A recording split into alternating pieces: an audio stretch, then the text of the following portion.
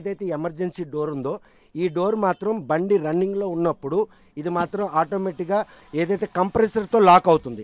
కంప్రెసర్తో lock అయినటువంటి ఈ door మాత్రం బస్సు ఆగిన తర్వాత ఒకవేళ ఈ మంటలకు కనుక ఆ కంప్రెసర్ కనుక కేబుల్ కాలిపోతే దీన్ని మాన్యువల్గా కూడాను తీసే అవకాశం ఉంది. ఎందుకంటే ఇది కనుక లాక్ ఓపెన్ చేసిన తర్వాత లాక్ అయిపోయిన తర్వాత ఈ కంప్రెసర్స్తో తీయవలసిన స్విచ్ కనుక కాలిపోతే మాన్యువల్గా తీసేందుకు మాత్రం దోహదపడే ఏకైక ఇలా ఎవరైనా కూడా డోర్ ఎవరైనా కూడాను ఇలా ముందుకు నెట్టే ప్రయత్నం చేస్తారు. కానీ ఇది ఒక పక్క నెట్టినట్టయితే ఈ డోర్ ఓపెన్ అయ్యే అవకాశం ఉండేది.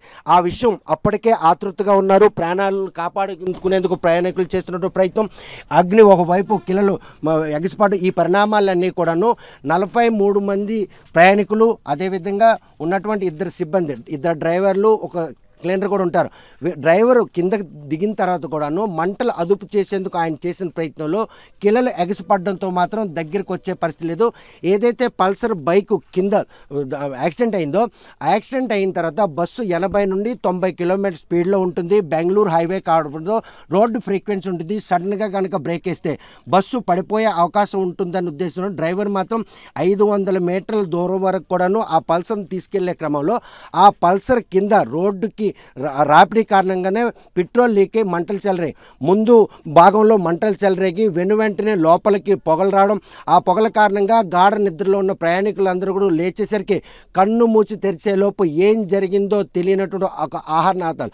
ఈ ఆహారనాదాలతో పాటు ప్రాణాలు కాపాడుకోవాలన్న తపన అన్ని వెరసి మాత్రం ఈరోజు ఈ ప్రమాదంలో ప్రాణాలు కోల్పోవడానికి కారణమైంది. మరోవైపు చూస్తే ప్రయాణికులు బస్సు ఎక్కేటప్పుడు ప్రమాదం జరుగుతుందని ఎవరు కూడా ఊహించరు. కానీ ఆ ప్రమాదం జరిగిన తర్వాత ఎలా బయటపడాలన్నటువంటి మెలకు విషయంలో బస్సుకు సంబంధించి సిబ్బంది ప్రయాణికులకు చెప్పాలి. ఒకవేళ ఫ్లైట్ ఎక్కినప్పుడు కూడా ప్రతి ఒక్కరు కూడా ఎవరైతే ఫ్లైట్కి సంబంధించినటువంటి ఎయిర్ హోస్టెస్ ఉంటారో వాళ్ళు కూడా ప్రమాదం జరిగితే ఎటువంటి మెలకులు చెప్పాలని చెప్పి సీట్ బెల్ట్ పెట్టుకోవాలి. ఏదైనా కావాలంటే అడగాలి. ఎవరు కూడా బయట అంటే టాయిలెట్కి వెళ్ళాలని కూడా అడిగి వెళ్ళాలని చెప్పి సూచన. అలాగే ట్రావెల్ బస్సు ఎక్కినప్పుడు కూడా ప్రయాణికులకు మాత్రం ఇటువంటి ప్రమాదాలు జరిగినప్పుడు ఎలా బయటపడాలని విషయం సూచించినట్టయితే ఏవైతే 4 ఎగ్జిస్టర్లు ఉన్నాయి. ఫ్రంట్ ఒకటి ఉంది, మధ్యలో కూడా ఒకటి పెట్టారు, వెనక్కి చూస్తే 2 పక్కల 2 పెట్టారు. మనిషి ఇక్కడ నుంచి ఈ డోర్ ఓపెన్ చేస్తా కిందకి దిగే క్రమంలో మాత్రం గాయాలయ్యే అవకాశాలు ఉన్నాయి. ఎందుకంటే ఆతృతగా దిగుతుంటారు. ఆ దిగిన క్రమంలో సుమారు 6 అడుగుల ఎత్తులో ఉంది ఇది. ఈ ఎత్తులో ఉన్న కిందకి దిగాలంటే మాత్రం కొంచెం కష్టమైన పని.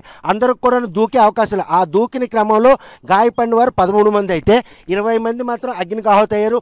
మరోవైపు చూస్తే ఇంకా వెనక భాగంలో ఒక డోరు అడ్జస్ట్ ఉంది. అదేవిధంగా ఇక్కడ కూడా ఒక ఎగ్జిట్ డోర్, ఇక్కడ నుండి కూడా 5 అడుగులు ఉంది. ఈ 5 అడుగులు దూకిన క్రమంలో కూడాను గాయాలు అయ్యే అవకాశాలు ఉన్నాయి.